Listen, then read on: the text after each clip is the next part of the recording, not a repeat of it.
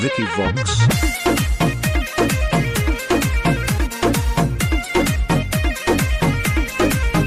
जानू तोरा बिना लागे नहीं मान गे। अच्छा? आज मिले के पालन कर डहन गे। जानू तोरा बिना लागे नहीं मान गे। आज मिले के पालन कर डहन गे। तोरा खात चढ़ जाइबो हम तो पर्वत पर। लिख देबो खत पर चढ़ गया छत पर। बुझली रे?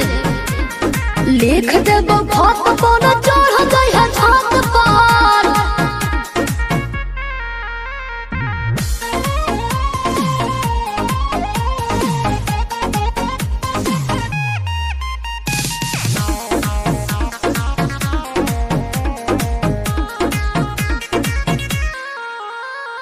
जब कहबी तब अबो जानू तोर घर गे।